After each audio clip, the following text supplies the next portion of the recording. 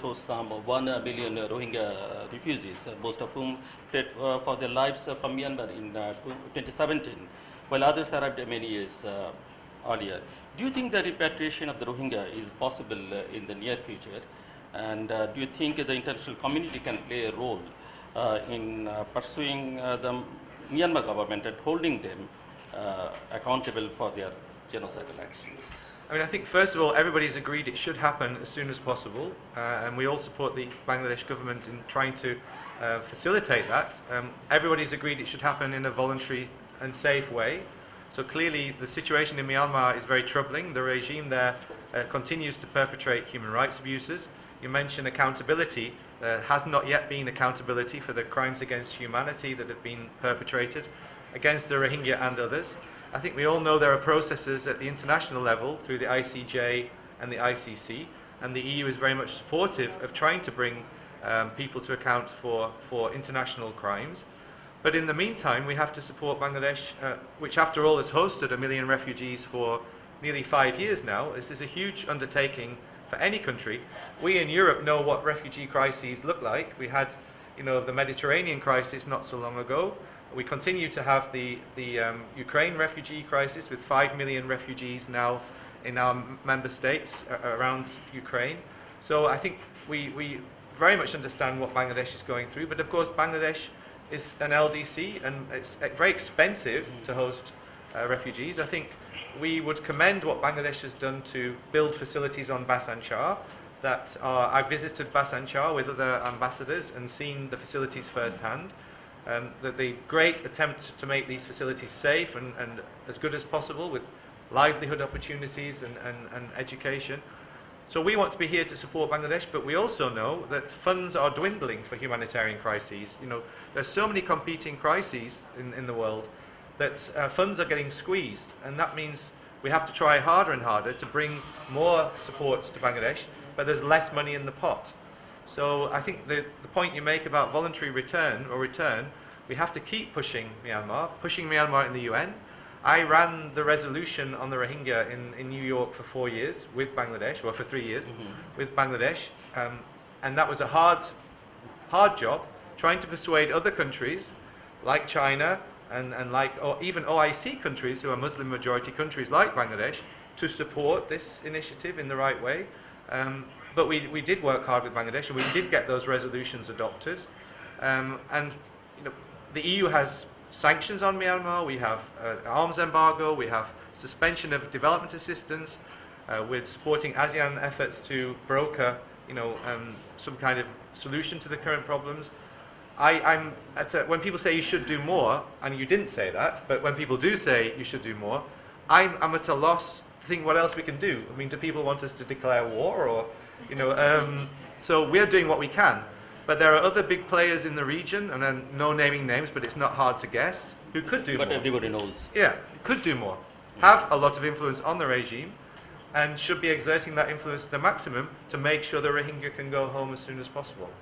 Charles, as you mentioned, the war in Ukraine has been going on for months, despite tough sanctions from the European Union and Western allies on Russia. The developing and least developed countries are also experiencing the brunt of war. What have been the broader effects of the war on the EU? Do you think there is a diplomatic solution to ending the war? I think we have to hope and pray there's a diplomatic solution, and hope and pray there's a solution for the sake of the Ukrainian people who are dying in their thousands, or being murdered in their thousands. Hope and pray that there's a solution given the fact there are 5 million refugees, as I mentioned, who are stranded away from their homes, so many children who are forced out of their homes. And I think efforts are underway. We've seen the positive momentum now between releasing the grain. And Turkey and others have been playing a role in trying to secure that, because 10 million tons of grain, as we know, are trapped in Ukraine. Half of Ukraine's grain, half of the World Food Programme's grain to go to Africa and the most hungry places in the world comes from Ukraine. So the longer that grain is blocked, the more hardship and possible starvation it will cause. But you spoke about the effects on the EU, and I touched on it in the opening speech. I think it's really amplified the resolve of the European Union to act with one voice, and to act convincingly with one voice. We've had 6 rounds of sanctions. Now, I'm I think it's very open to debate in general about the merits of sanctions. Are sanctions a good thing or a bad thing?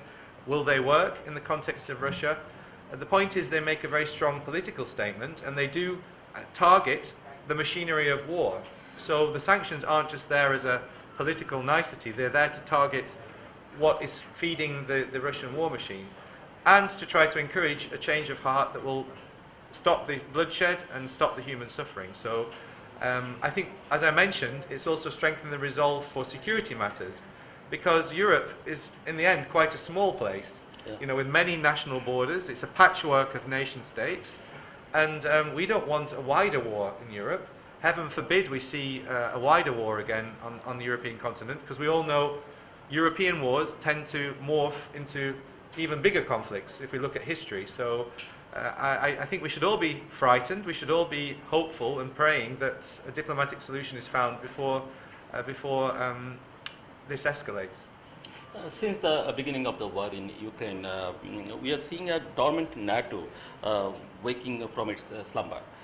What is the current perception of the EU regarding the rising NATO militarization? The rising NATO militarization.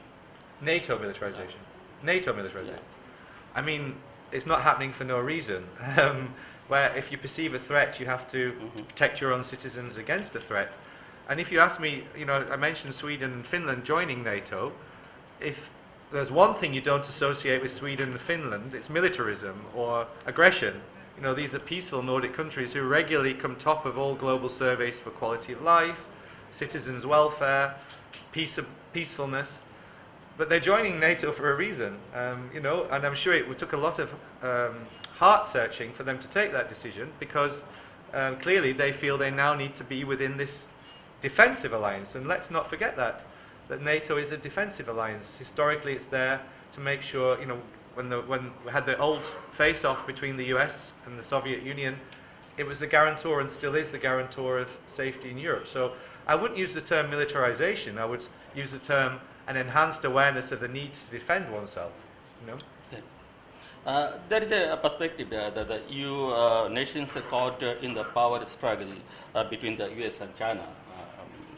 Western pundits espouse that China has a game plan, and they intend to win over the EU in their struggle to establish a post-US world hegemony. Do you agree with this paradigm? I think, first of all, we have to agree that it's perfectly legitimate for China to rise as a world power. And there's no monopoly on that.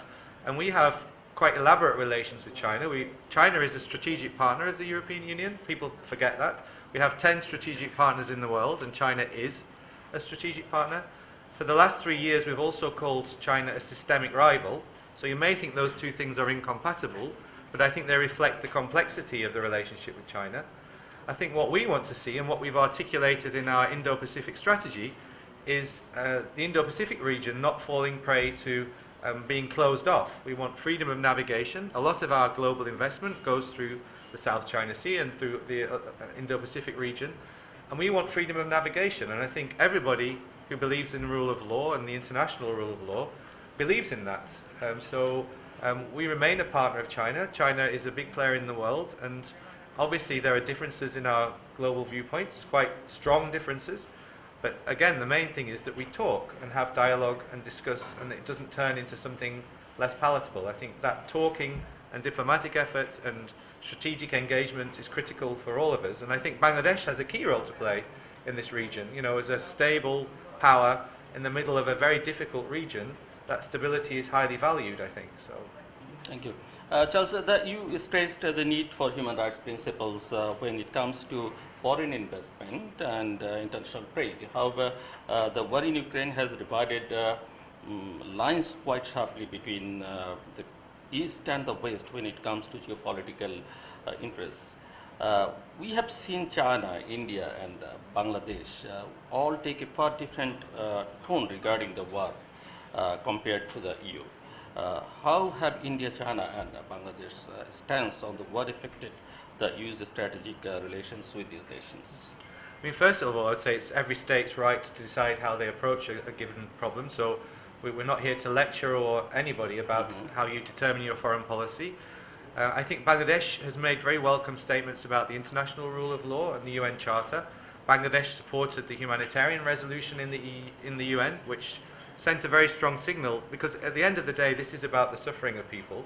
And the support that we got for this resolution on humanitarian affairs sent a strong signal that we need to address this and make sure people don't suffer. So I think we're engaging with China, India and others on this very difficult issue. I think nobody wants this war to continue. Whatever the state of relations each state has with Russia, nobody wants this to carry on. They want peace because it has global ramifications, whether that be food and fuel prices, transport disruption, or other issues. I think the key thing, as I said before, is that we all talk, because without talk, it can only go in the wrong direction. And we are talking to all our partners, including China and India, on this issue. And in this segment, my last question to you, in the 10th Joint Commission meeting in Brussels, the European Union welcomed the openness of the Bangladesh government regarding an international election observation mission for the next general elections. Will you see observers from the EU during these national elections? I can only say I don't know. There's nothing decided, and it's still 18 months away. So we've discussed these issues with the government when we had the Joint Commission, as you said.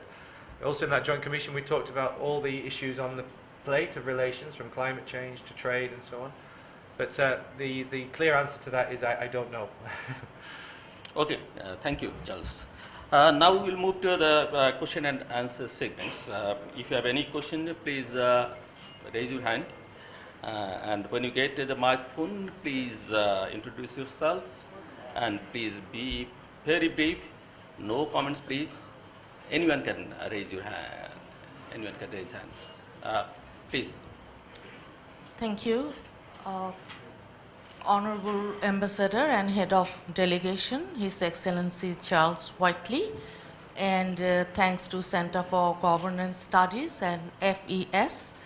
I would like to... Please introduce yourself. Okay. It's me, Advocate Fahima Nasrin, Assistant International Affairs Secretary for BNP.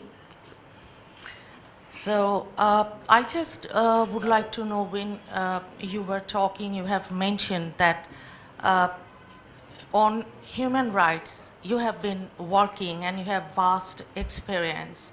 And the gross violation of human rights in our country, starting from enforced disappearances and political persecution, like millions of people of us, we have been suffering for the last 1 decade, and rule of law and good governance, democracy.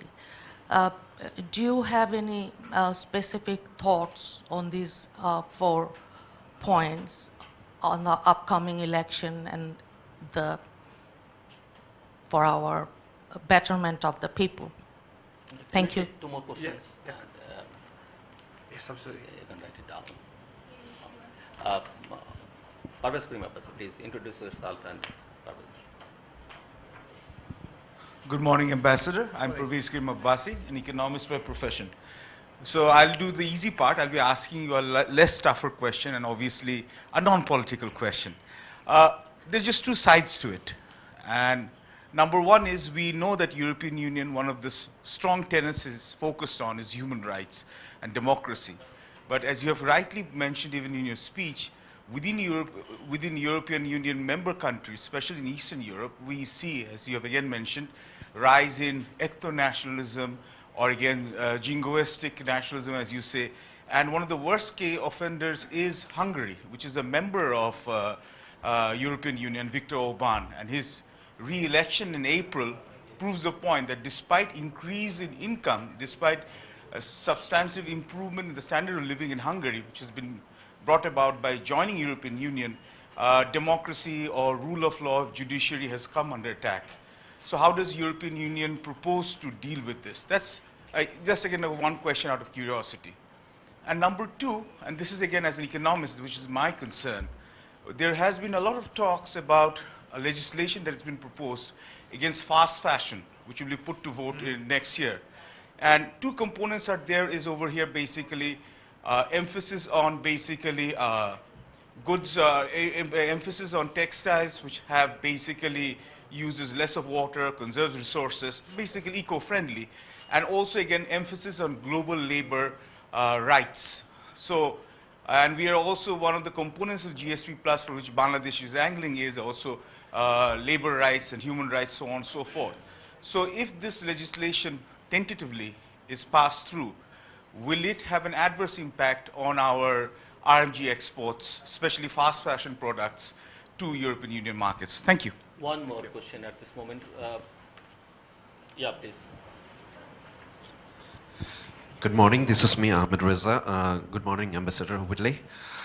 I have two questions basically. You are from which organization? This is me, Ahmed Reza from Jamuna Television. I'm working over there. I have two questions to Ambassador. The first question is that you have mentioned, as you have mentioned, that you want to elaborate your engagement with Bangladesh in next 10 years about political issues. So just a few days, yesterday or day before yesterday, you have mentioned your concern about the next election. Yeah, you have shown your concern about that. So still do you believe, and after that our political leaders from government side, they have said that you don't have any rights to comments about next election. So do you have any particular concern or comment about that you can or you have views about next election? And one more question is, do you have any concern about the regional instability? As you know that it's increasing day by day. If you think about the Afghanistan and followed by Pakistan issues, and now it's Sri Lanka. So do you have any particular concern about the regional instability? Thank you so much. George, please. Thank you. Yes, thank you, Madam. I mean, first of all, I wouldn't claim to have vast knowledge and experience on human rights. I have worked in the human rights field, but I've also done lots of other things, including political relations with our Secretary General. But I think we have a very broad-based relationship with Bangladesh, regardless of whatever government is in power. We've had the Joint Commission that Zillow mentioned in place since 2001, and that Joint Commission, which met in Dhaka, in Brussels a month or two ago, gives us that broad-based platform for engagement, and that includes, as I said, trade, it includes climate change, it includes GSP+, and it includes human rights. There's a subgroup on human rights there. So we engage through these channels, and it's right and proper that we engage that way with the government of the day, whoever's in power. And we also expect to be engaged with on our human rights records. As I mentioned, Islamophobia and anti-Semitism that's reared its head in Europe. So I think in any mature relationship, you have that dialogue. And of course, it happens with all of our relations. You know, with the US, we raise death penalty. With Japan, we raise death penalty. It's rare that you have a complete meeting of minds on human rights issues, but that gives a vehicle for discussion and engagement. And we also, of course, fund projects here in Bangladesh in the human rights domain, for example, on the rights of women. And we've been doing that for many years, and I think that's been, what I like is we often fund grassroots organizations that can make a difference at the grassroots level, so it's not all at the macro level. I think that was quite as an academic, I'm not an academic, so it was quite an interesting, I think the question is probably a lot more interesting than my answer will be. But you speak, I mean, I think it's right to acknowledge that Europe is grappling with these issues. There's no point pretending that we don't have the rise of populist parties. It's not just in Eastern European countries. You know, I'm from the Netherlands. We've had Geert Wilders and other parties who've been taken quite, by European standards, quite extreme positions. I think some people would categorize what happened in the UK as an exercise in populism, you know, what led to the departure from the European Union. So these forces are happening. I think it's important to try to understand why they're happening. I think we see a return perhaps to more mainstream politics now in many countries, where there had been this dalliance with more radical ideas. But then again, in some of our big member states in recent elections, there have been candidates who are from non-traditional mainstream parties. So the point is that there is legal accountability in the European Union. It may not happen quickly, but it's there. And you know, the European Court of Justice, if there is any breach of the treaties, there is the possibility ultimately of suspending membership of the European Union. That's absolutely the nuclear option, and is unlikely to happen if there are more than one state who are in cahoots on this. But there are other options, and you asked what is part of the response. I mean, you may have seen that the Rescue EU funds, you know, we have this massive post-COVID recovery plan, and that's very much conditionalized on improvements in some countries of rule of law, of independence of the judiciary, and so basically, to put it in a crude way, they won't get the money if there isn't some sign of improvement. Clearly, you know, if a country elects through democratic processes a leader that Brussels doesn't like, he's still democratically elected. But then you have to ask yourself, was the media free and fair? Was the courts free and fair? And that's something we grapple with in Europe. And I think that's why we ultimately have courts that will invigilate on this. We have a rights agency that will ring the alarm bell. But, of course, it's not a perfect scenario. So, but thank you for raising that. And fast fashion is a very important thing, because the last thing we want is for this initiative to harm the garment industry in Bangladesh or to harm the exports of garments to the EU. I think there's enough lead time now, and we don't know what final shape this legislation will take. There's enough lead time to make sure any adjustments that need to be made can be made. And as I mentioned, as you know better than I do, Bangladesh is already doing very well in terms of green compliance, and we have a whole process in play on labour standards. So I think all of this helps and makes sure that when this legislation sees the light of day, Bangladesh will be in a strong position to not suffer from it. So, on the other question, I'm not going to have a running commentary on the next elections. I think we're here as friends and partners of Bangladesh. We meet as many people as possible to understand the situation. And I won't comment on comments about what we do. I'll just say that we are here with good intentions and to engage and discuss and understand, because as I've said before, we as foreigners, we have to understand the countries we're posted in. You know, I'm sure the Bangladesh ambassador in the US or in Brussels, I know he meets everyone and anyone to discuss European politics. He's meeting all the MEPs who are coming here on mission tomorrow. So if we didn't do that, we wouldn't be doing our job, and it's about understanding and being able to understand all the facets of the relationship.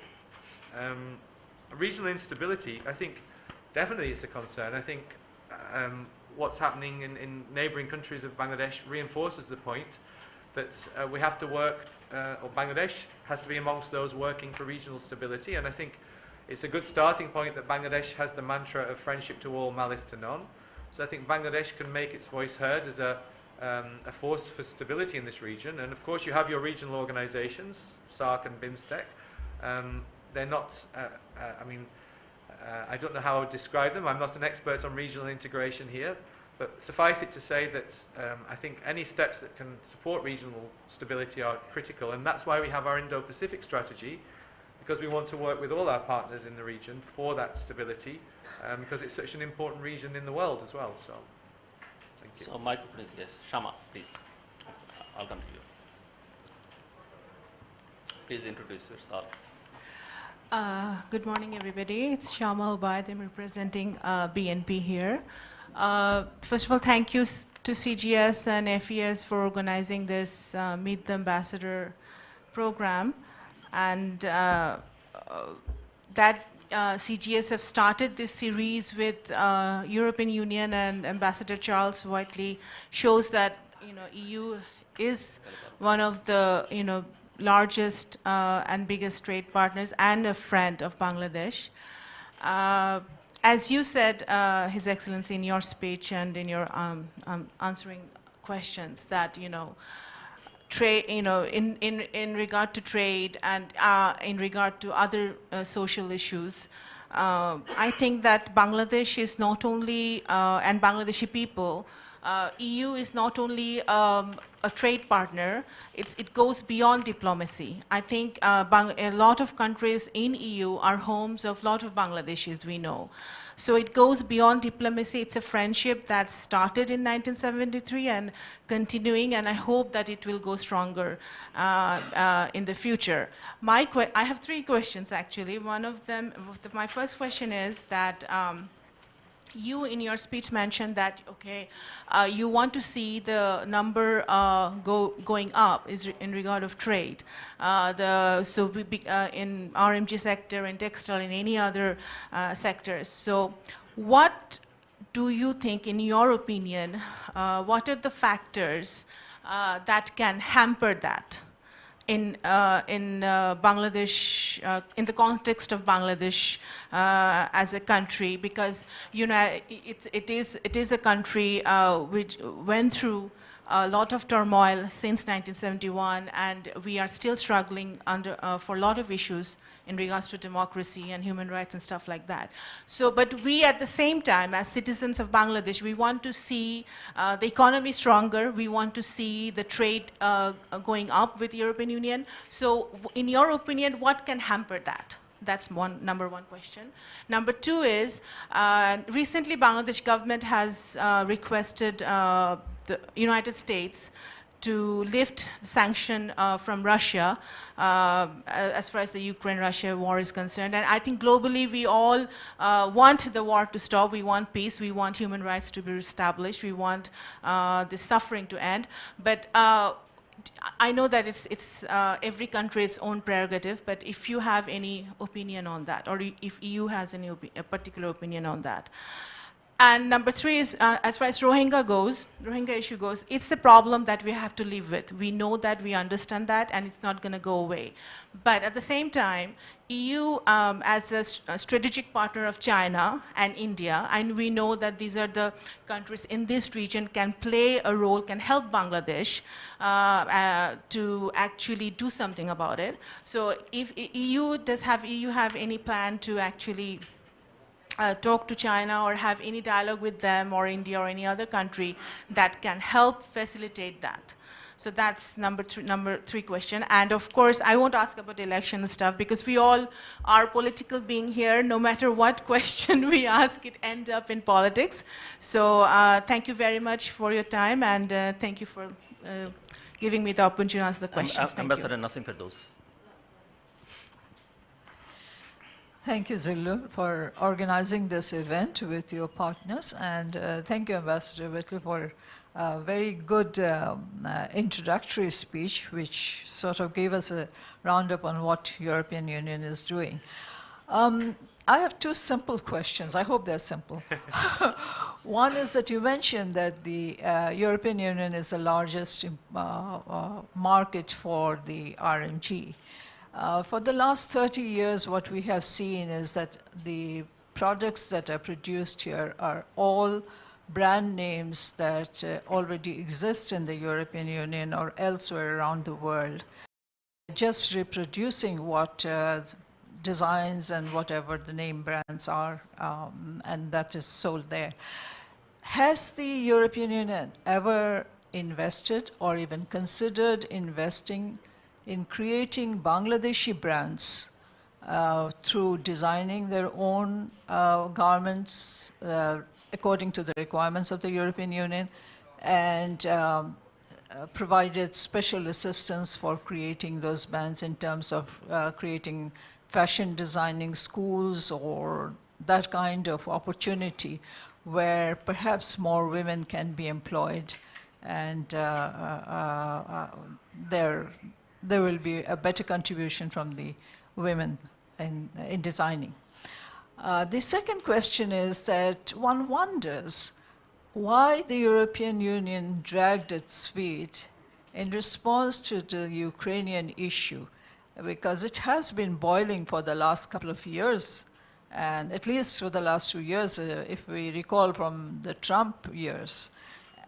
It seemed that the European Union didn't take enough action at that point in time, which led to the invasion that the Russians have done. What could have the European Union done, and why was it so slow in responding? Thank you. Person behind Ambassador Nassim. Thank you. I'm Rabiul Islam. I'm representing RAPID. I'm an economist by profession. My question is, Bangladesh is putting a renewed focus on increasing technical education and skill development through technical education. So I'd like to ask that what sort of technical assistance could European Union offer Bangladesh in terms of providing increasing the technical education, because we see a lot of prospect in improving the technical education. So my question is for that. Thank you. Ambassador. Thank you. I think it's on. Thank you very much. I probably can't read my own writing now, but never mind. I think factors that can hamper trade. I mean, of course, the world is very unpredictable, and what I think has to be borne in mind is Bangladesh has a competitive advantage now in the European market, but that can change quite quickly if other states come through, you know, who are more competitive because they have cheaper labour costs or whatever, and then develop quickly an industry. I could see a danger emanating from that quarter. Also red tape. I mean, we just had our Bangladesh EU business climate dialogue, where we talked about what steps do we need to take together to encourage greater investment and engagement from Europe, because even though we're the biggest destination, it shouldn't you know, make us rest on our laurels. There's lots of potential there. And then GSP Plus, of course, will be a long process. I mean, the transition period is until 2029, so the present trading regime will stay in place until then. But then you're in a different arena once you're in the GSP Plus arena. And I mentioned there are 8 states who now, you know, are engaged on GSP Plus. That entails the ratification of 32 international conventions, which Bangladesh has already done, but also implementation, and that's across the social, environmental, human rights fields. And that's a whole process, and that's quite an intense engagement. So I wouldn't term that a risk as such. It's actually an opportunity, if you turn it around, to continue getting duty-free, quota-free trade, but ensuring that these standards are met, which will also position Bangladesh and other countries well in terms of consumer interest and consumer faith. You know, if you have good green standards, good labour standards, then you won't have NGOs in Europe writing exposés about that will undermine your market. So I would answer it in that way. And then the point about lifting sanctions on Russia, as I said earlier, every state, sovereign state, has a right to decide how it approaches these issues. We've chosen to apply sanctions on Russia. The Americans have, and others have as well. States that don't often apply sanctions have joined the sanctions regime. So I think the voicing of concern about this is perfectly understandable in terms of needing to know more details about our sanctions. One point that I had 2 weeks ago was that it wasn't well understood in Bangladesh that EU sanctions do not apply to the import of foodstuffs from Russia. We do not seek to in any way hamper wheat being imported to Bangladesh under our sanctions regime. There may be reasons why it's more difficult, the banking system or the transport system, but per se we're not trying to stop that import of key foods, and that's why sometimes there's misleading information about the impact of sanctions on the food crisis. I think the biggest impact is the embargo that the Russians are now doing on 20 million tons of grain in Ukraine. And on Rohingya, yeah, we are talking to everybody. I think everybody's engaged in trying to find a solution, because everybody knows the present status quo isn't tenable. You know, we can't have 1 million refugees staying ad infinitum in Bangladesh with 1 million mouths to feed. It's clear that they have to go back when the circumstances are right for that to happen. And certainly I hope that others will work even harder to join the EU in trying to facilitate that, also in the UN context. So thank you for the questions. I really can't read my writing now. God. Oh, brand name in the EU. When I was first here, we had very elaborate trade-related technical assistance, and it was in all sorts of domains. I can't recall whether in those years it included the idea of a homegrown brand. It's possible, but I think what we learned was that foreigners can't really come along and grow something, you know, without obviously Bangladesh being in the lead. So we stopped our trade-related technical assistance and moved on to other areas, because we see that actually what's needed is for business itself to decide how to address a certain market. But I think it's a very good idea, and I've seen it in other sectors. You know, I've seen it in, for example, the perfume sector, where there are Bangladesh brands coming up, very proud to be made in Bangladesh, and I hope that happens more and more. I think BGMEA has a fashion design institute, if I'm not mistaken, and I think that's a relatively new institute, but I think that could be a sort of hothouse for Bangladesh homegrown talent and ideas.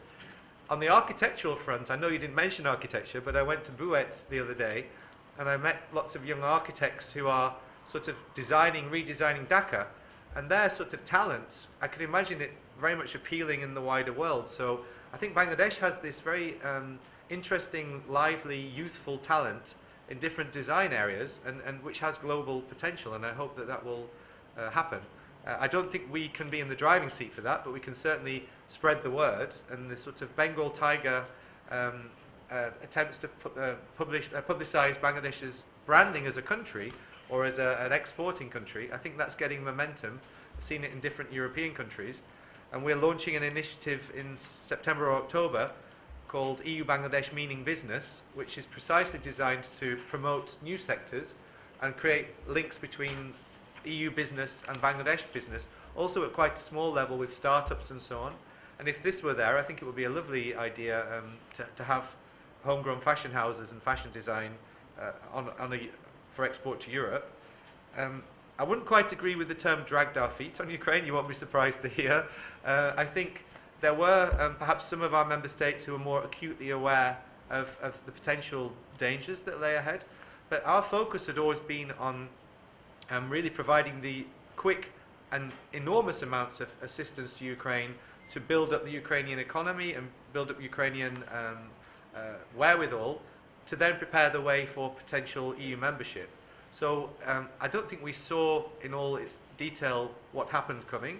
I think there were warning signs and rhetoric and so on, and perhaps we may not have dragged our feet, but perhaps we didn't always pick up immediately on that.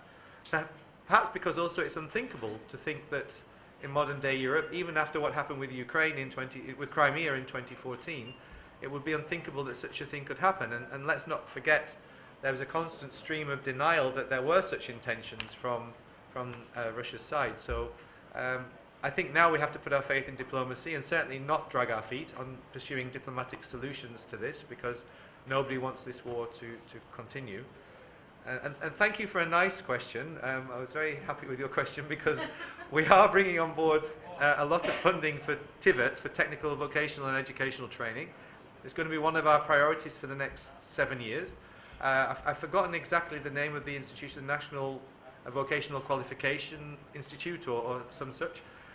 We're in the early stages of designing how we might be supportive, but that's kind of replacing our long-term funding that we've done for primary education, where we've seen what we give in primary education is important, but there's the government has a much bigger budget, so we feel that our funding in the next 7 years can make a bigger impact on technical and vocational education. And I hope that this connects well with an upcoming initiative that we're reflecting on with the government of Bangladesh, which is the Talent Partnership, which will pave the way for talented Bangladeshis in given sectors to go to Europe for 4 years to work in Europe and then come back to Bangladesh. And as I mentioned before, I think this initiative. So we benefit from youthful experience and drive from Bangladesh, but we don't steal your workers long term. They then get experience in Europe and come back to Bangladesh after 4 years with their portable skills to help Bangladesh continue to thrive. So I'm excited about that if we can make it work. It's at the concept phase, but I think it could be very useful to link that with what we're doing on technical and vocational training. So Nazma Akhtar, please. Microphone.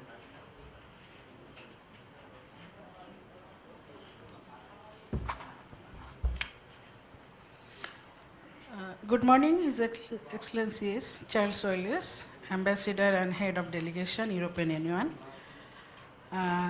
Please introduce yourself. My name is Nazma Akhtar. I am ex-member of Parliament, and I am the President of Bangladesh Youth Awami League. This is a wing of Bangladesh Awami League. So I am from Awami League. একটু বাংলা হতে পারে মাঝে মাঝে, আমি আসলে fluent English বলতে ভুল হতে পারে। তো প্রথমে হিউম্যান রাইটস ভায়োলেশনের কথা, যেটা আমরা কোনো অ্যাম্বাসেডার কিংবা ফরেনার দেখলেই বলতে থাকি আমাদের দেশের হিউম্যান রাইটস ভায়োলেশন হয়েছে। তা আমাদেরকে তো বলতে হবে কখন থেকে হয়েছে। 1975 সালের পরে বিএনপি যখন ক্ষমতা এসেছিল, জিয়াউর রহমান তখন কতগুলি মার্ডার করেছিল, কু করেছিল, সেইটির ভায়োলেশন হয়েছে না 2001 থেকে 2006 পর্যন্ত বিএনপি যখন ক্ষমতায় ছিল তখন যে আওয়ামী লীগের নেতাকর্মীদের হত্যা করেছে সেটির ভায়োলেশন হয়েছে, বা যখন 2013-14 সালে আওয়ামী লীগ যখন ক্ষমতায়, বিএনপি যখন জোর করে ক্ষমতায় আসার জন্য পেট্রোল বোমা দিয়ে মানুষ হত্যা করেছিল, সেই সময় যে ঘটনাগুলি ঘটেছিল, যতগুলো মানুষকে হত্যা করা হয়েছিল, পঙ্গু করা হয়েছিল, সেটির হিউম্যান রাইটস ভায়োলেশন, এটির জবাব যদি আমরা চাই আমাদের কোনো অ্যাম্বাসেডারের কাছ থেকে, সেই কতটুকু শোভনীয় হবে সেটি আমি কোশ্চেন রেখে গেলাম আমাদের বিএনপির নেতৃবৃন্দের কাছে। I'm not going another ways, meet the BNP. So especially I want to know, বলতে পারেন, ঝগড়া কর, পয়েন্ট ইংলিশে না বললাম, বাংলায় বলো। Okay, I especially want to know what is your, I mean European Union's strategy to stop the Russian and Ukraine war? This is my question. Thank you. Mr. Dillon, please. Microphone. Thank you, Zulu Bhai. Thank you, His Excellency Ambassador Charles Whitley. Recently we have... Please introduce yourself. Okay, yeah, I'm Nilo Ranjan Bishwash. I teach the Department of International Relations, University of Dhaka. I'll try not to be asking academic questions, but I know I have heard your speech, so you have also dealt with very smartly. So recently, European Union have also interested and introduced and discussed about their own Indo-Pacific policies, and this is the beauty, to my opinion, that Indo-Pacific is not a single kind of idea. There are different ideas. Our other Western partners have also introducing that, and it's giving us opportunity as a country to kind of like, you know, peak and also kind of shape our own ideas how we can be part of this bigger one.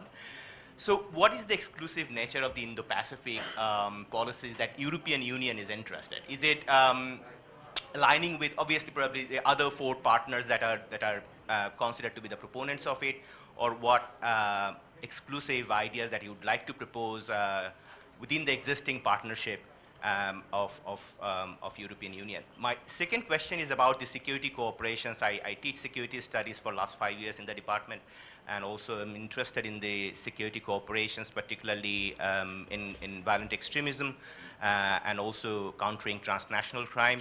So to my reading, that European Union has been promoting cooperations, which is very important, is prevention part of the violent extremism. So cooperating with the non-governmental organizations, those who are promoting awareness in the last couple of years.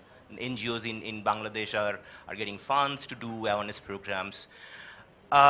What is your take about cooperation with the security agencies, which is also important to counter and prevent violent extremism? Thank you, Ambassador. Thank you. Please, you. Thank you, sir. Thank you, sir, for giving the floor. This is Mahata from Center for Governance Studies. My question is to Your Excellency, sir, is that you know that a lot of students, especially graduates, choose to go to Europe for their higher studies, especially for the post-graduation. So after getting the admission, one of the most concerning areas for the students is the visa processing.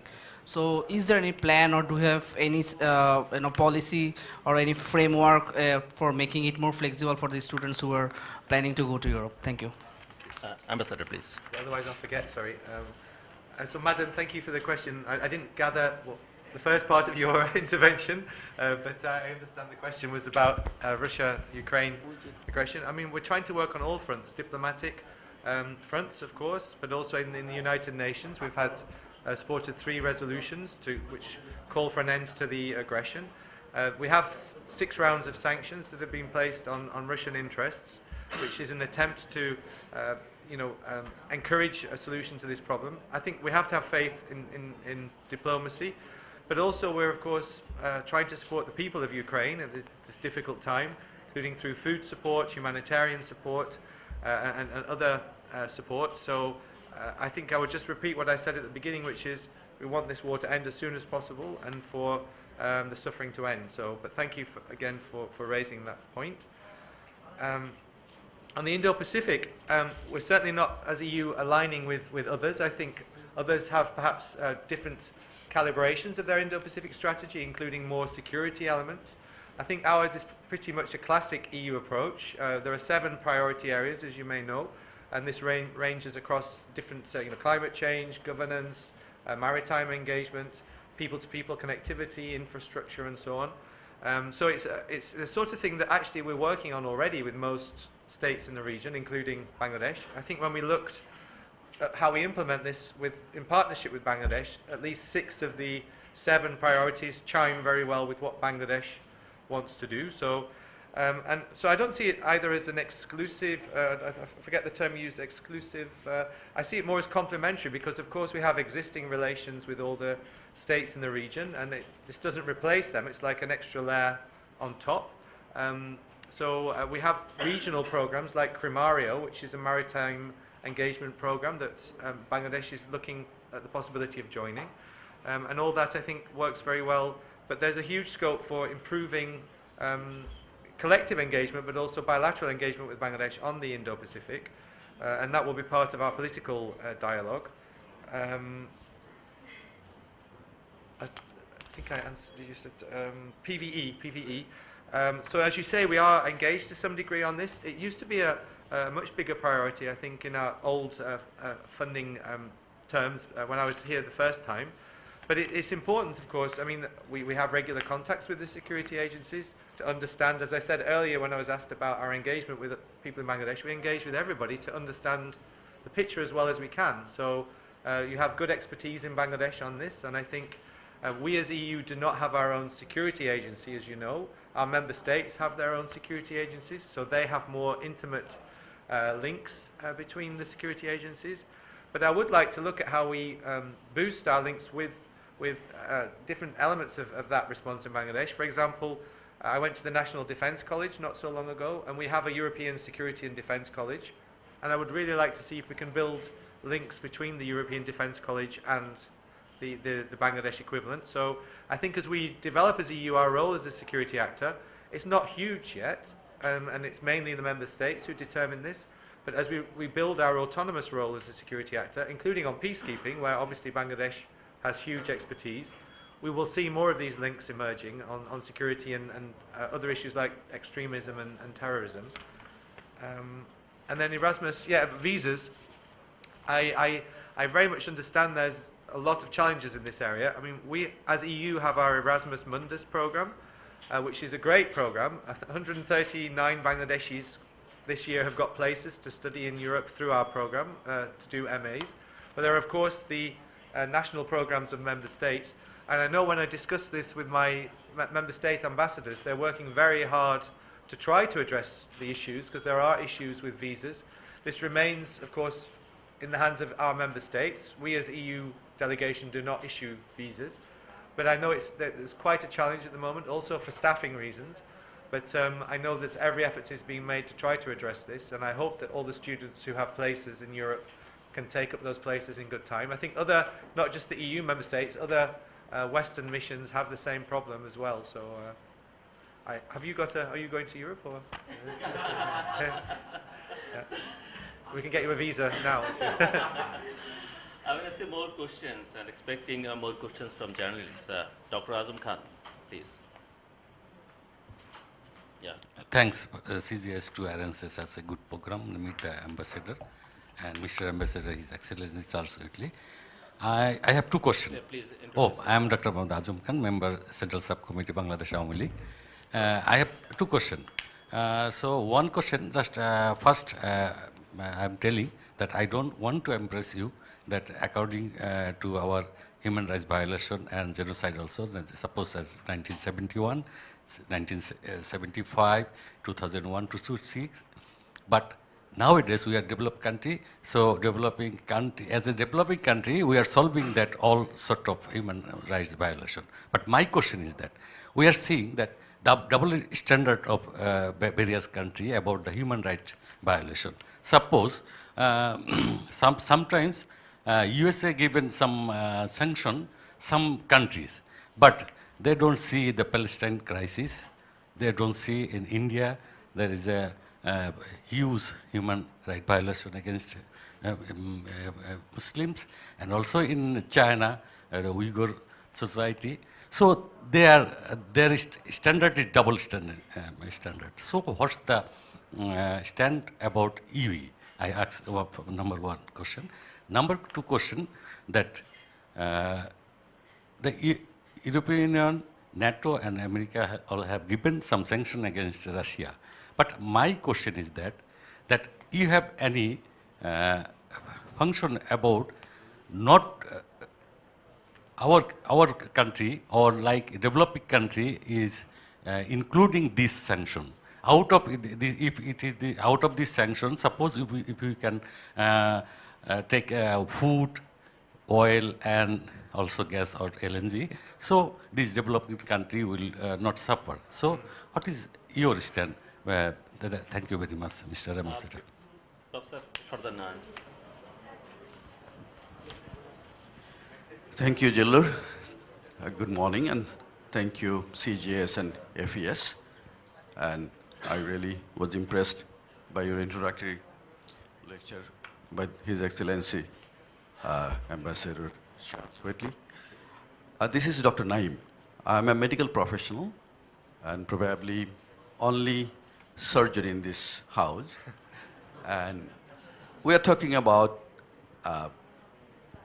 well, politics, power, money, everything, but not health. I really want to remind everybody that health is the ultimate wealth. And since I'm a doctor and I run a hospital, and you can see, being here in Dhaka, in Bangladesh, the health system as a whole and the delivery system as a whole is not up to the mark, and we are not really going to that level with any developed world. I mean, in that situation, well, I was educated in Japan, and by profession, as I told you, I'm a surgeon. I do surgery still every day. The thing is that our patients are still paying more than 70%, about 75% out of pocket, which is a really difficult situation for us to deliver proper health service to the patient. So does EU has any role to play in developing a proper national health insurance system in this country, what we have been asking for a long, long time? But our politicians, our leaders, they don't look into this. They are only trying to look into, that power, politics, money, etc. But health is important. Thank you. Thank you. Mr. Johiruddin Shapon. Microphone here. Microphone, please. Good morning. Thanks to Center for Governance Studies, especially Mr. Jillur and Mr. Manjur. And it's my pleasure to be introduced with His Excellency. I have two questions. And in fact, one is... Please introduce yourself. My name is Johiruddin Shapon. I am head of Media Cell, Bangladesh Nationalist Party. One is that what is the flaws of the European Union composition, that sometimes the people or some governments who took the option for autocracy, they may accuse the European Union as double standard. So what is the flaws in the European Union composition? That opportunity the people got to accuse the European Union, number one. And that is not question, it's just to interest to know the freedom of speech. Nowadays, we are practicing in also digital world, in cyber world. So as European Union is a most modern political system, how they are ensuring the digital rights of their people? If you explain in few words, we may some idea and we may learn something from you. Thanks. Thank you. Ambassador, please. Thank you very much. First, the point on double standards. I can't speak for others, can't speak for the US or others. I would say the EU, we try to be consistent. So every single trade and cooperation agreement that we conclude with every partner around the world, and there are over, I think, over 120 bilateral agreements that we have, we include a human rights clause in trade agreements as well, which says that if either party has a human rights problem, we will discuss it together. So in that sense, we try to be consistent in our legal relations with every state. And similarly in the UN, every year we make a statement about human rights in the world, where we not only talk about the human rights across the world, but we talk about our own problems. And I sat in the UN for 4 years. I never heard any other country talk about its own problems. We actually talk about our problems. We have a problem in Europe with Islamophobia. We have a problem with the treatment of refugees. This is how we're trying to address it. So we try not to have double standards. I think inevitably we will be accused of double standards globally, because people always say, why aren't you doing X with Y country? But as I mentioned, we raise human rights also with the US. We don't have the death penalty in Europe. To join the European Union, you have to abolish the death penalty. Obviously, the US takes a different view, state by state, but we raise that with the US, and they raise issues with us as well. So I think that's part of a mature relationship, but inevitably there will be assertions of double standards. I think, what was the other? Sanctions against Russia and not suffering in developing countries. I think we are acutely aware I've been tasked, and every country representative around the world for the EU has been tasked with monitoring very carefully the impact of sanctions, and that's why I've been calling on key ministers, including the food minister, to ask about the food supply and whether there's anything the EU can do to assist in ensuring any difficulties are overcome. Our sanctions are supposed to target Russia, and they're not supposed to unduly affect the globe.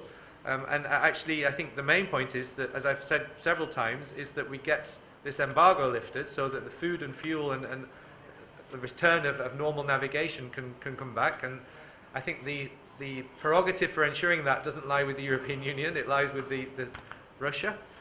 So I hope that we will see that happening soon. Thank you for introducing a different topic, health, Honourable Surgeon. I think we have a small role in the health sector. We used to have a much larger role, but precisely in the area that you're talking about, in the area of health insurance, we had a bit of an experiment during the COVID outbreak where we, with some of our member states, including Germany, we introduced payments to garment workers who were laid off, who were as a kind of embryonic social security system. And I believe the government of Bangladesh is working on expanding that, also with partners. I see movement also on the pension front. I understand there's new laws now for retirement pension payments. And I understand that we're working on some seed funding to look at how to support any move in Bangladesh towards a more developed health insurance system. So I think work is there in a very embryonic stage. But I'm sure you know far better than I do that in some countries it is a difficult mix in terms of insurance and payment. You know, I'm British and Dutch. In the UK, I grew up with a national health system where everything was free at the point of delivery. But of course, that costs an awful lot of money and can put a big strain on the system. In the Netherlands, what I see is you have to pay quite a lot for a very good insurance and sometimes extra money. But you can very quickly see a specialist without necessarily being referred. So I find that's also a very appealing system. It's quick. It's not free at the point of entry necessarily, but point of use. So I think getting the balance right is difficult. And for a country like Bangladesh, you know, people with your expertise will be able to navigate what the best mix is for your people and for your system so that it works for everybody. Sorry, I've lost my final point. The gentleman there, yes, I mean, on the double standards, I would just refer to the question. In Europe, we are working very hard on digital rights and trying to get the balance right. I think it's very challenging because what we see in Europe, we're different to America. We have very strong rules on hate speech in the European Union. So we do have an agreement with Facebook and Twitter and with other platforms that where there is hate speech, they will remove it when notified within a certain short frame of time.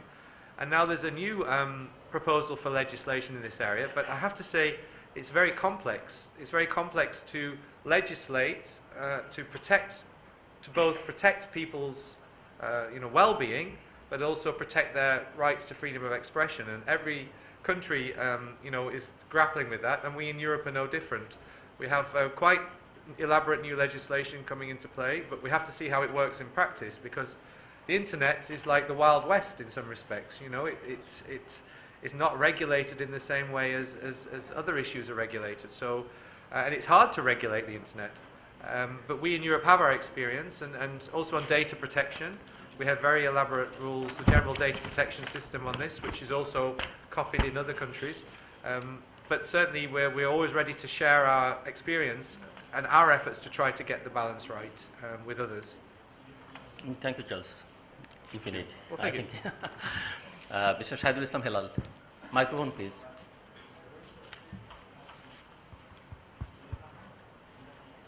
Yeah, I'm Shahidul Islam Hilal, and thank you, Ambassador, for being here. And I want to just mention that we're... Your identity, please. I beg your pardon? Your, I'm a businessman, and I'm engaged in industries only. So I do trade politics also. And I'm happy to say that the 5 ambassadors that are coming tomorrow, I think they are coming from European Union. Yes. And we'll be meeting them. And I'm sure we'll be discussing about business issues. And if you can just elaborate to us what is the main purpose of their visit. And we expect them, these ambassadors, visiting us as frequently as possible. Thank you. Thank you.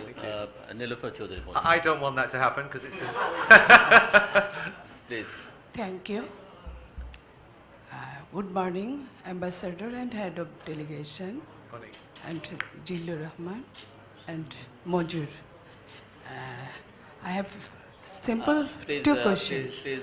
Oh, I'm Nilofer Chaudhary Moni from BNP, former Member of Parliament. I have two simple questions. Number one, what would you say, in your eyes, the last 2 national elections of Bangladesh? And the next election, next national election. Number 2, how do you see our democracy, corruption, terrorism, murder, and disappearance? Thank you very much. Thank you. Ifat. Thank you so much for the opportunity. I am Ifat and I work for Center for Governance Studies. My question was, as we have heard a lot of questions about improvements in like the RNG sector, Bangladesh being one of the greatest exporters and everything. There has been some recent unfortunate events. For example, the fire that we saw in the depot in Chittagong, and we have seen various incidents before this. We as citizens sometimes, we kind of have lost confidence in the security measures of the infrastructures that are built in our country and like things like that. So my question was, as the EU imports a lot of in RMG sector or in trade sections, is there any representative from the EU who actually comes and checks the security measures that for the security standards that should be there for the labor, for their security and in the trade relations and the infrastructure? So that was my question, that is there any representative that actually comes and checks the securities for that? So thank you. Thank you. Thank you. Ambassador. So first on the MEP visit, thank you for being available to meet them. I think it's the International Trade Committee of the European Parliament, so it's 6 European parliamentarians from lots of different parties. Green Party is one of them, a lady with a very strong background in trade unions from the Netherlands. So you'll meet them all. They're here basically, I mean, they're the trade committee, so they're very involved in the GSP regulation. As you may know, the new GSP regulation covering the whole world will come into force in 2024, and that's still under discussion with the European Parliament. So they're here to look at the whole range of our trade relations with Bangladesh, also in terms of GSP Plus and labour standards and so on. But I think they need to get a flavour also of how Bangladesh is changing. So what we've made sure of is they will visit 2 factories. One is a pharmaceutical factory and one is a yarn factory. And the yarn factory is very interesting because it makes yarn from discarded waste like pineapple skins and so on. So I think sometimes people in Europe have quite a dated view of Bangladesh. You know, they're their understanding of Bangladesh is 20, 30 years out of date. They don't see the way the economy has changed and grown and so on. So I think they're not here to just talk about labour issues. They really need and want to understand the bigger picture of how Bangladesh's trade relations are developing. So I look forward to ensuring they get a good cross-section of views on that. I won't go into detail on the ladies. Thank you for the questions. I think I answered those questions already so far. And on security and safety, we have quite a few developed processes in partnership with the government of Bangladesh. We have, a couple of weeks ago, we had the 3+5+1 meeting, which brings together international partners with the different ministries in Bangladesh to talk about safety and labour standards. We had a everything but arms monitoring mission in March, which came to also talk about these standards. We don't actually have inspectors that go to check on the physical safety, but I think we also should bear in mind that our brands, our European brands, are heavily engaged on the safety aspects as well. So, as you rightly say, there have been incidents, and we do discuss with the government how are those incidents being addressed and how can they be prevented in the future. And we do offer technical assistance if that's desired to support improvements in safety and security issues. So there's a very full engagement on those issues, I would say, by us and by European brands. Thank you, Charles. Dr. Mohammed Abdul Majid, please.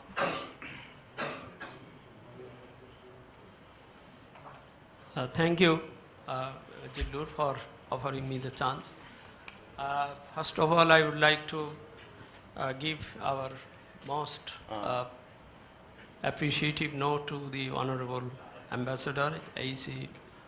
Charles Whitley for your very good deliberation. Sir, please introduce and very introduce yourself. This is Dr. Mohammed Abdul Majid. I am a retired government servant, a retired secretary to the government, also chairman of the National Board of Revenue. And at the present, I am also member of the advisory board to the Governance Center for Governance Studies.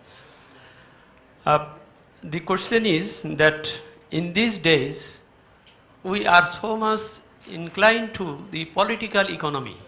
Sometimes politics takes away the flavor of economics, and sometimes economics is taking away or is snatching away the essence of politics. And that's why we are always deliberating and leaving these issues in a diplomatic way. So when we are discussing this, somebody will say that what you did and what I did at that time. That is not the question and concern at this moment. I think that I was a member of the drafting committee of Paris Declaration in 2005 on aid effectiveness, harmonization, and etc. So there we said very clearly that the aid given to the countries should be seen in a very proper way. The worthiness of the aid that was given and the effectiveness of the aid that was given to the developing countries. So my question is that what is the recent or modern stand about the look into the aid effectiveness and aid worthiness that is given to the developing countries like Bangladesh. As you know that under the OECD Charter, 2 to 3% of the budget of the developed countries should be given to the developing countries for the development of their poverty reduction or human development and etc. etc. We are seeing that you are giving the aid, but our organization is a governance studies. We give more emphasis on the governance issues. So, do the EU has any future plan of seeing the governance of the aid utilization given to them or the technical or technological support given to them? For example, you are giving support to devices that can detect the terrorism and etc. etc. But you are not asking or seeing that whether these devices are being used for human violation or other human rights issues and etc. So that is why I would stress on the seeing the effectiveness or usefulness of the governance issues of the aid that is being given to the developing countries. And then the question comes that if I quote Noam Chomsky, the United States linguist as well as activist, he said that our next threat is the climatic problems or climatic devastations and etc. So what is the EU's future plan about the protect the nature, protect the climatic havocs and etc. Thank you. Thank you. Mr. M. Aziz, frontline. Any more questions from journalists? Please. I am a journalist, M. Aziz. His Excellency, you said earlier that EU is cooperating upon vocational training program. Thank you for that. But my observation is we are in automation era. That is, working area will rule by robot, IoT, data science. That means whole world needs education suiting with automation area. Do you have any plan to persuade our government or help to cooperate education suiting with automation area? Next question is, we are witnessing some diplomats are meeting political leaders and election officials also, seeking neutral and participatory election. My question is, many of Bangladeshis says it is an internal interference in Bangladesh internal affairs, but many of them also welcome it. But my question is, what is your opinion on it? Next, this move does not yield any positive outcome. What could be the next? This is my question. Thank you. Any more hands? Yeah, please.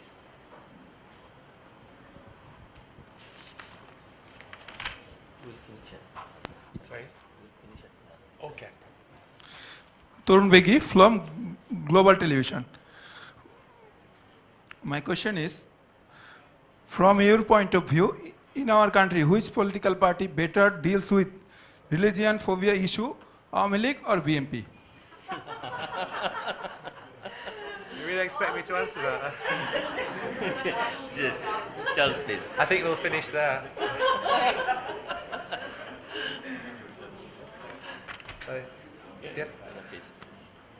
Thank you for the gentleman who asked the question about aid effectiveness. I think you're much more of an expert on this than I am.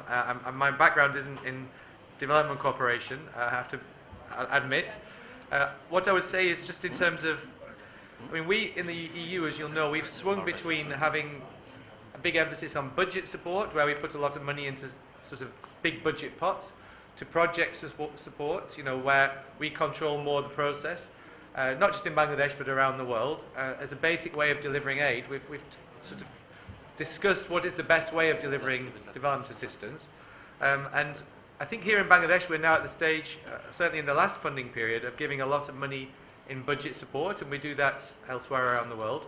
But that always comes with quite stringent monitoring, you know, with public financial management monitoring.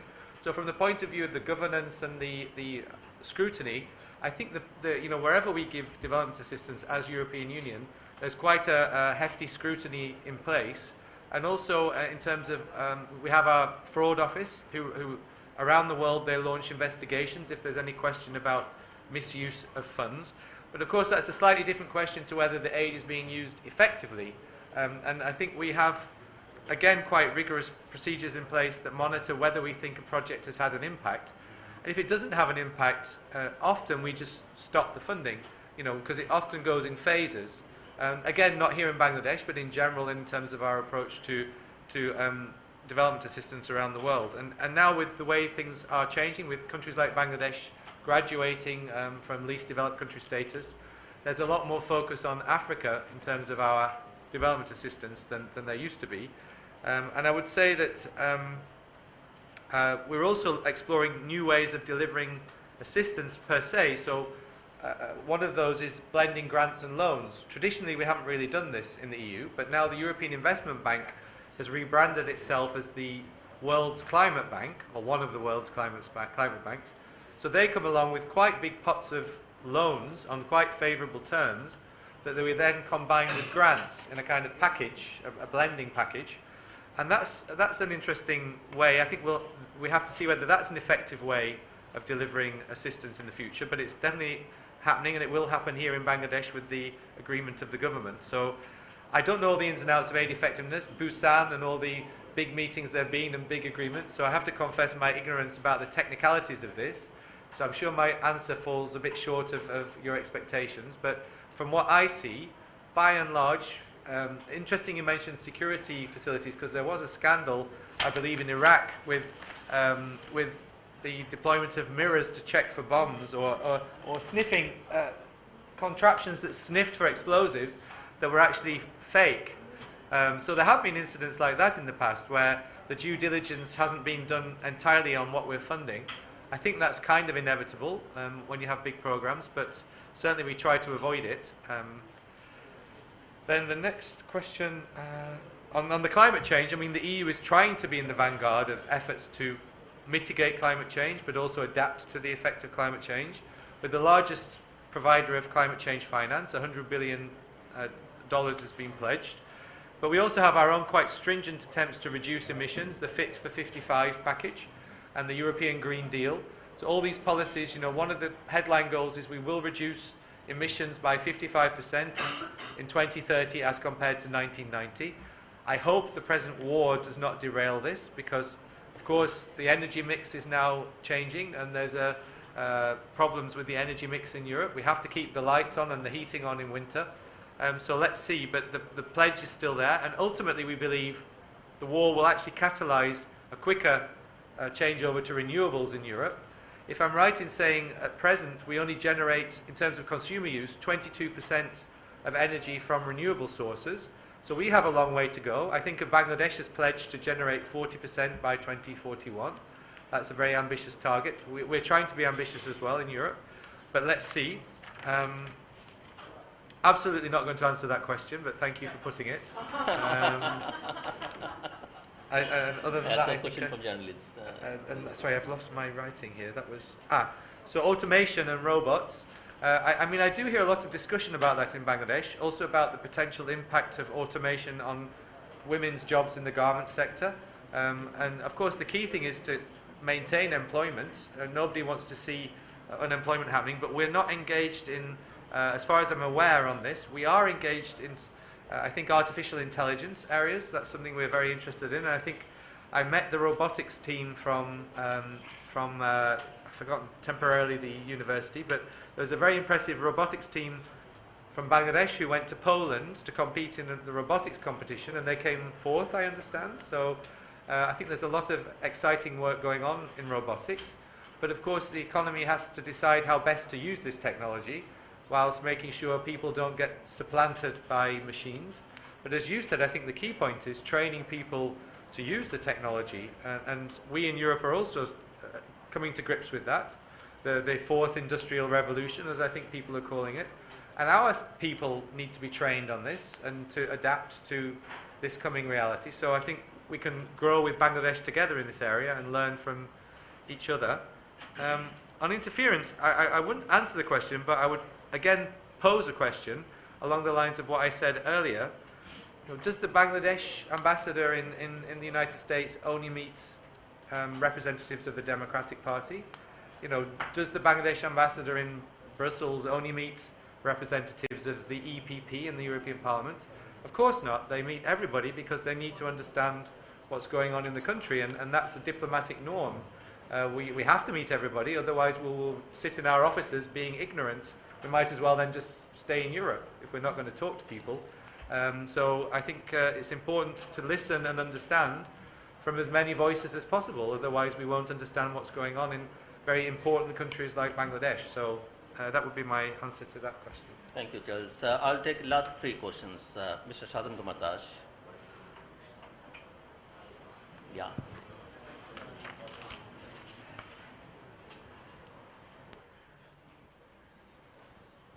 Yes, I'm Sadhan Kumar Das, Program Coordinator, AFES Bangladesh. My three quick questions. One question number one is that Bangladesh has like quite positive developments, and also there are a lot of changes in our businesses, quality of life, and also so we have made a lot of positive changes in our changing images, but still like Bangladesh's images is not very much positive in the European countries. Like in this regard, like how European Union can assist and support and also suggest Bangladesh to change the images of Bangladesh, because this will help to grow Bangladesh and to do good business in Europe. And the question number two is also the free trade agreement, FTA, and that is also like Bangladesh government is also thinking to have FTA with European Union. But in this regard, that what do you suggest to create enabling environment in Bangladesh that will help Bangladesh to build and to draft FTA? And the third question is also like as European Union is the largest RMG destination of Bangladesh, but still like from our employer side, our factory sides, they always raise that that the profit margin is still not increasing. Like if European unions help us like in this regard, that to create some pressure on the buyers and or the retailers in Europe, so that they can increase the profit margin, that will help also the growth of our business here in Bangladesh. Thank you. Thank you. Microphone. Thank you. This is the final round. So if you have any question, please raise your hand. This is Nisha Tanjum. I'm working as an attorney in Bangladesh. So my question is very small, actually, but the thing is very big, you know. Actually, I would like to ask you, is there any bilateral measures your country and our state is planning to mitigate cyber attack? Thank you. Thank you. Any more question? No. Yeah, please. This is Mazhar Milon. I work for Mastranga Television. My question is, what EU think about development? Is it about financial development or the total development in terms of democracy and other things? And how we Bangladesh are running after financial development or the democratic process of development? Any more question? Any hands? No. Ambassador Nasim Firdaus.